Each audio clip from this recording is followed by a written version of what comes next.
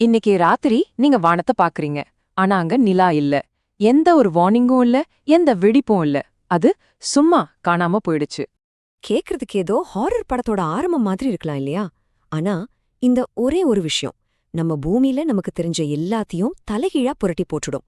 சரி, அப்படி நடந்தா அடுத்து என்ன ஆகும்? இது மெதுவா மங்கறத பத்தி இல்ல. ஒரே செகண்ட்ல அது அங்க இல்ல. இப்படி திடீர் நிலா இல்லாம போறதோட விளைவுகள் உடனடியா இருக்கும். நம்ம கற்பனை கூட பண்ண முடியாத அளவுக்கு பயங்கரமா இருக்கும். நம்மில் பலரும் நிலாவ வானத்துல இருக்கிற ஒரு அழகான பொருளா தான் பாக்குறோம். ஆனா உண்மை என்னன்னா, அது நம்ம பூமிக்கு ஒரு முக்கியமான ஸ்டெபிலைசர் மாதிரி. இப்போ அந்த ஸ்டெபிலைசர் காணாம போயிடுச்சு.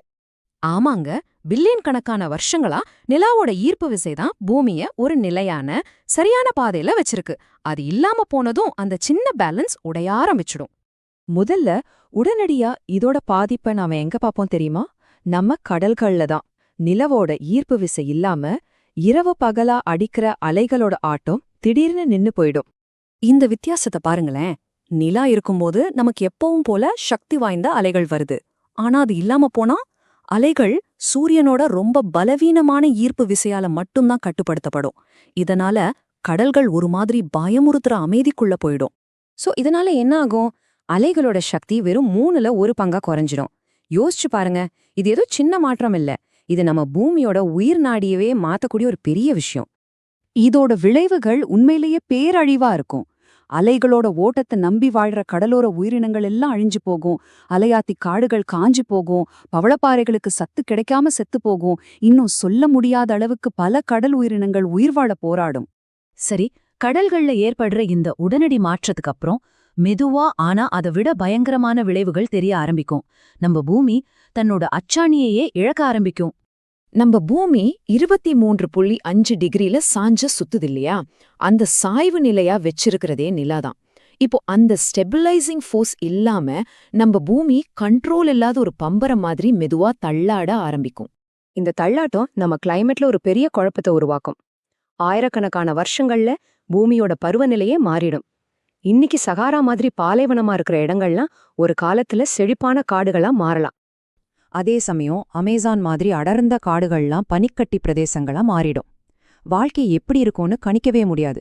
உயிர் வாழ்றதே ஒரு தொடர் போராட்டமா மாறிடும். கிளைமேட் மட்டும் இல்ல, நம்மளோட ராத்திரிகளும் மாறிடும். நிலா இல்லாத ராத்திரி எவ்ளோ கும்மரட்டா இருக்கும்னு கொஞ்சம் யோசிச்சு பாருங்களேன். பல இரவுகள் முழுக்க முழுக்க இருட்டுல மூழ்கி பூமியில இருக்கிற வாழ்க்கையவே மொத்தமா மாத்திடும். இந்த இருட்ட வனவிலங்குகளை ரொம்பவே பாதிக்கும். நிலா வெளிச்சத்தை நம்பி வேட்டையாடுற விலங்குகள், அந்த வெளிச்சத்தை வச்சு வழி கண்டுபிடிக்கிற கடலாமைகள், இன்னும் பல ராத்திரி நேர உயிரினங்கள் எல்லாமே உயிர் வாழ்றதுக்கு தேவையான ஒரு முக்கியமான விஷயத்தை இழந்துடும். நாம இதுவரைக்கும் பார்த்தது எல்லாமே ஆரம்பம் தாங்க. இப்போ நாம பார்க்க போறதுதான் ரொம்ப ஆழமான, ரொம்பவே பயமுறுத்துற ஒரு விளைவு. இது கடலை பத்தியோ இல்ல கிளைமேட்டை பத்தியோ இல்ல, இது நம்மளோட அடிப்படையான நேரத்தை பத்தியது. ஆனா இதுல ரொம்பவே சில்லிங்கான ஒரு விஷயம் இருக்கு. அது என்னன்னா, நிலா பூமி சுத்துற வேகத்தை கண்ட்ரோல் பண்ற ஒரு காஸ்மிக் பிரேக் மாதிரி வேலை செய்யுது.